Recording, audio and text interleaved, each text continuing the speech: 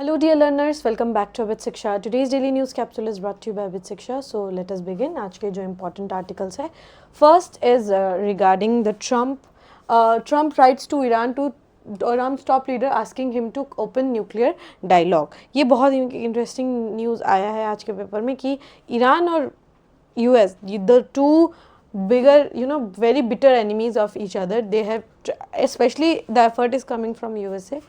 तो कि वो लोग जो है रिकनसाइल करना चाहते हैं. तो ये पहला न्यूज़ है आज के दिन का, बहुत इंपॉर्टेंट है I would say. Second is regarding the spices. ठीक है, boost value addition in spices to achieve 10 billion export target by 2030. जो ये हमारा टारगेट रहेगा कि हम जो है हमारे जो $10 बिलियन का जो एक्सपोर्ट का टारगेट है उसको हम मीट कर पाए स्पाइसेस के through. And last news for the day is, आप लोगों ने एक वीडियो भी देखा होगा जिसमें एस जयशंकर जी जो है he had been attacked in Britain, और इसी के लिए ये जो है न्यूज़ भी आया है. ठीक है, तो तीनों न्यूज़ आज के इम्पॉर्टेंट है, काफ़ी इम्पॉर्टेंट जो है आज की न्यूज़ है. एक एक करके कवर करते हैं. First is regarding the news that Trump writes to Iran top leader asking him to open nuclear dialogue.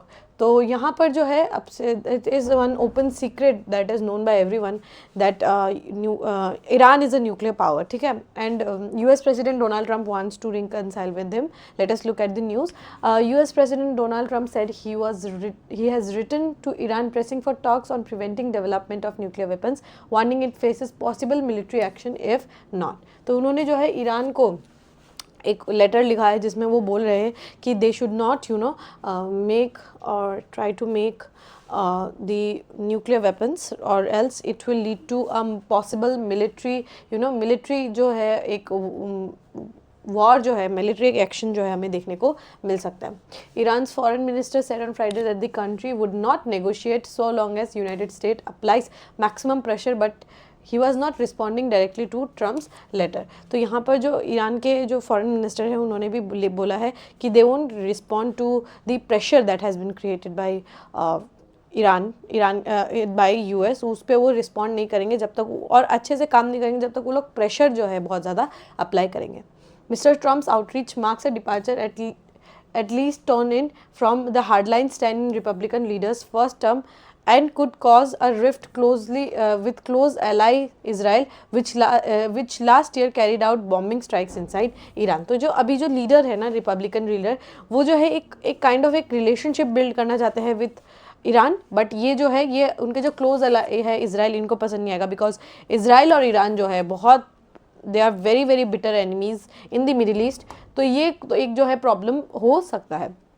A landmark 2019 deal negotiated under former President Barack Obama, known as Joint Comprehensive Plan of Action, that is JCPOA, imposed curbs on Iran's nuclear program in return for sanctions relief. ठीक है, तो ये जो plan था, comprehensive plan by under Mr. Barack Obama, उसमें क्या था कि जो भी एक्शन है वो एक्शन जो क्या होगा कि जो उनके ऊपर, ईरान के ऊपर जो मिलिट्री सैंक्शन नहीं, जो सैंक्शन लगाया जाएगा उसमें रिलीफ मिलेगा अगर ईरान अपने मिलिट्री जो भी प्रोग्राम है, न्यूक्लियर जो भी प्रोग्राम है, अगर उसको हॉल्ट कर दे तो एक सैंक्शन जो है उनके ऊपर रिलीफ किया जाएगा. That was joint comprehensive plan of action. This was done by mister Obama. It fell apart after Mr. Trump withdrew US from the agreement in 2018 in his first presidential term and reimposed sweeping sanctions. उसके बाद क्या हुआ, फिर से Donald Trump जो है he came in power first tenure में, तो उन्होंने जो joint comprehensive plan of action था JCPOA, उसको डायरेक्टली हटा दिया और स्वीपिंग सैंक्शंस जो है वो लगा दिए on Iran. Iran has been cautious about a return to diplomacy since the collapse of JCPOA. We will not enter any direct negotiation with the US so long as they continue their maximum pressure policy and their threats, Iranian Foreign Minister Abbas Araghchi said on Friday.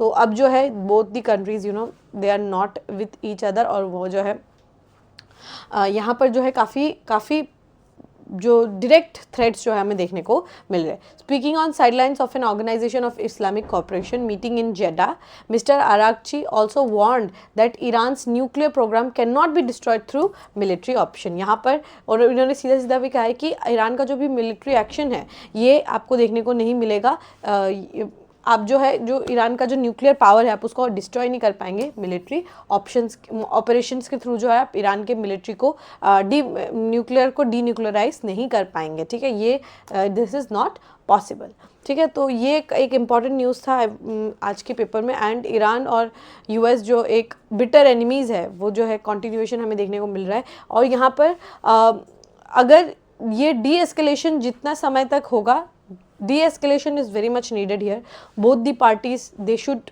Negotiate, बिना negotiation के यहाँ पर कुछ भी होना it is next to impossible only, ठीक है। चलिए we can move to the next news. The next news is boost value addition in spices to achieve 10 billion export target by 2030 says WSO, ठीक है। तो यहाँ पर क्या है, regardless of being the largest producer and exporter of diverse variety of spices in the world, India share in global seasonal market pegged at 14 billion in 2024 is only a paltry of 0.7 against China's 12%, US 11%, said Ramakumar Menon, the World Spice Organization's chairman. Very interesting. हम जो है India is the spice hub of the world, right. Spice garden यहाँ पर है, you know we have the most number of spices that every day we eat a lot and lot of spices. Even if you go in your plate, you will see haldi, you would see turmeric, you would see lal mirch, you would see dhania, you would see any various type of masalas we consume.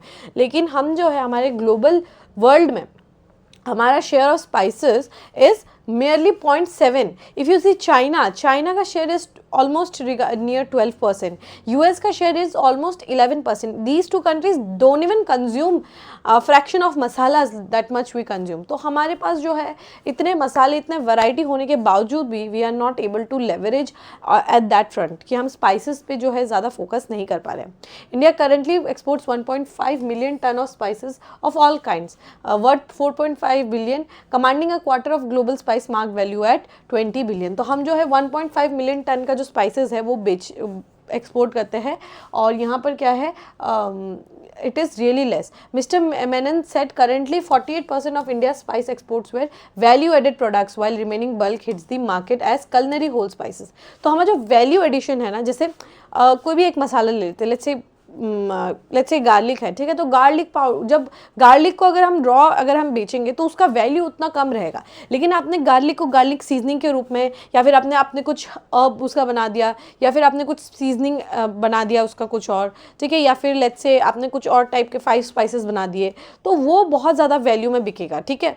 तो India का क्या problem है, we are selling it as culinary whole spice, but अगर आप देखें ज़्यादा market share किसके पास है, जो वैल्यू एडेड प्रोडक्ट्स है। For example I give you the example of garlic only, right.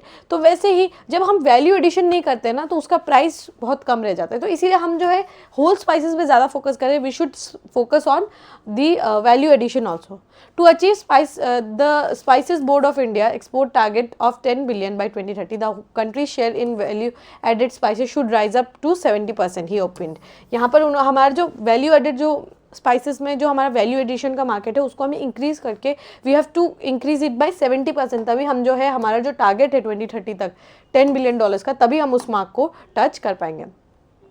World spice organisation is not for profit organisation registered under Travancore Cochin Literary, Scientific and Charitable Society Act of 1956 with primary objective of facilitating spice industry in dealing with issues of food safety and sustainability. यहाँ पर ये because Kerala is the spice garden of India, तो इसीलिए वहाँ का जो है ये not for profit एक organization है। WSO seeks to achieve its objective by involving all its stakeholders, general public, industry and academia and end users, ठीक है। तो उनका जो objectives है obviously वो ग्रेटर अवेयरनेस एंड उनको सारे स्टेक होल्डर्स को इन्वॉल्व करना चाहते हैं। We seek to strengthen the corporate social responsibility initiative in the country. Alright, तो ये आपके वर्ल्ड स्पाइस ऑर्गेनाइजेशन हमें लग सकता है कोई एक इंटरनेशनल बॉडी है, नहीं, it is one not for profit organisation registered under the 1956 का एक्ट, ठीक है। तो ये एक न्यूज़ आया है आज के लिए इंपॉर्टेंट जो मुझे लगा। And we can move to the last news. The last news is regarding S Jaishankar security breach. तो आपने एक वीडियो देखा होगा जहाँ पर एक प्रो खालिस्तानी लीडर जो है वो आकर उन्होंने एस जयशंकर का जो कारवां था उस पर जो है अटैक करके, it was a security major security breach in a country like UK जैसे कंट्री में जो है एक काफ़ी मेजर जो है सिक्योरिटी ब्रीच हमें देखने को मिला है, ठीक है। India conveyed deep concern to British government over security provided to external affairs minister S Jaishankar after Khalistani protester was able to close his car after an event in London. External Affairs Ministry on Friday criticizing the UK for indifference to the situation. तो जो S Jaishankar जी का जो जा रहा था, ठीक है, उस कारवा में एक बहुत क्लोजली जो है एक कार जो है उसको प्रोटेस्टर्स जो है वो बहुत क्लोज आ चुके थे उस कार के, तो ये उसके कारण जो है क्रिटिसाइज़ किया गया है कि यहाँ पर जो सिचुएशन है इसको बहुत लाइटली लिया जा रहा है एंड द सिचुएशन जो है यहाँ पर कुछ वर्ड्स भी हो सकता था, ठीक है। The concerns were conveyed during a meeting with the British chargé d'affaires in New Delhi who called into the ministry on Thursday and served at demarche sources said. तो ये जो है कंसर्न जो है हम लोगों ने शो किया है कि this type of security breach जब एक नेशन के काफ़ी बड़े लीडर जो है जिस तरीके से S Jaishankar ji external affair ministers of India, अगर इंडिया में होता तो आज तक इसका बहुत बड़ा एक भयंकर एक सीन बन जाता कि India is such a poor country and India is such a developing country that they can not even serve or they cannot even take care of the officials that go from other countries to them. But यहाँ पर बिल्कुल opposite हुआ है, India के foreign minister के ऊपर attack हुआ है and they are not even acknowledging the fact and they have shown that kind of indifference, ठीक है।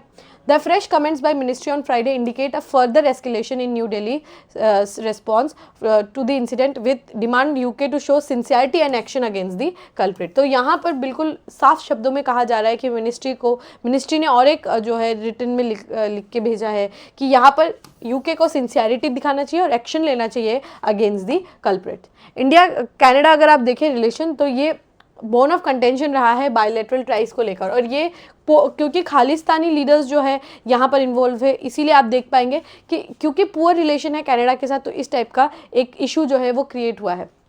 India has been upset about frequent demonstration and vandalism by Sikh separatists and their supporters at Indian diplomatic missions in Canada. Canada में Indian जो diplomats है उसका properties को vandalised कर दिया जा रहा है, उनके काफ़ी बड़े अटैक्स जो है वो किए जा रहे हैं on the Indian Hindus for that matter by the Sikh Khalistani groups, ठीक है। और जो प्रॉपर्टीज़ है कनाडा में वेंडलाइज किया जा रहा है and no action has been taken by Canadian authorities, and we cannot expect something from Canada as they are the safe haven for the pro Khalistani groups and they उल्टा उनको protect नहीं करने की जगह वहाँ पे प्रोटेक्शन दिया जाता है, ठीक है। खालिस्तानीज़ के लिए वो बहुत बड़ा एक सेफ हेवन के रूप में निकल कर आया है, ठीक है। इंटरनेशनल डिप्लोमेसी में अगर आप देखें India has actively lobbied against any support for Khalistan movement. Obviously we have criticised it in the UN in any bilateral tries for that matter, हम लोगों ने हमेशा क्रिटिसाइज किया है।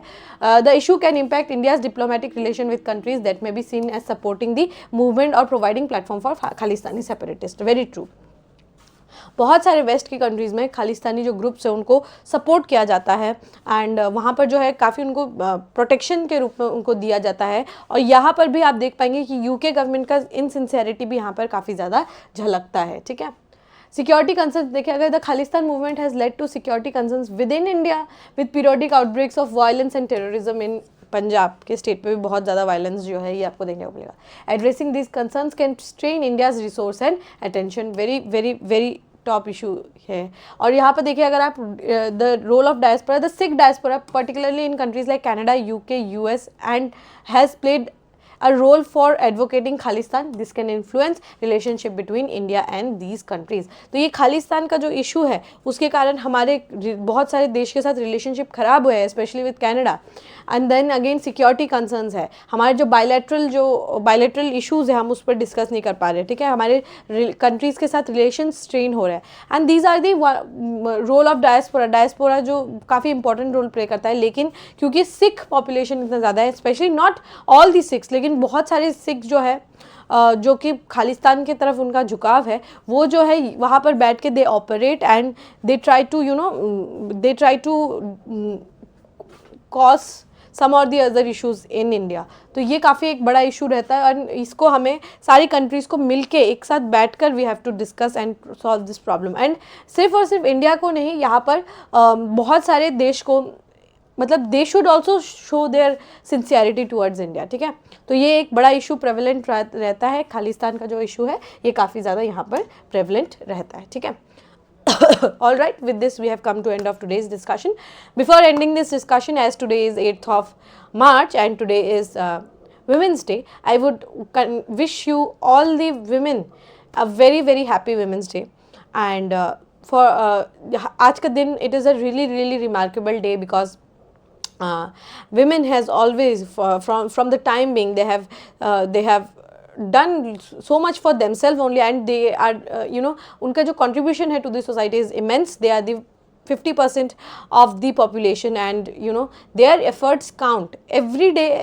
उनका एफर्ट जो है वो बहुत बार ऐसा होता है कि नेग्लेक्ट किया जाता है, but we should make sure that their efforts get counted. So I would want to wish you guys a very very happy Women's Day from the entire team of Abhit Shiksha, and I would end this session here only. Thank you.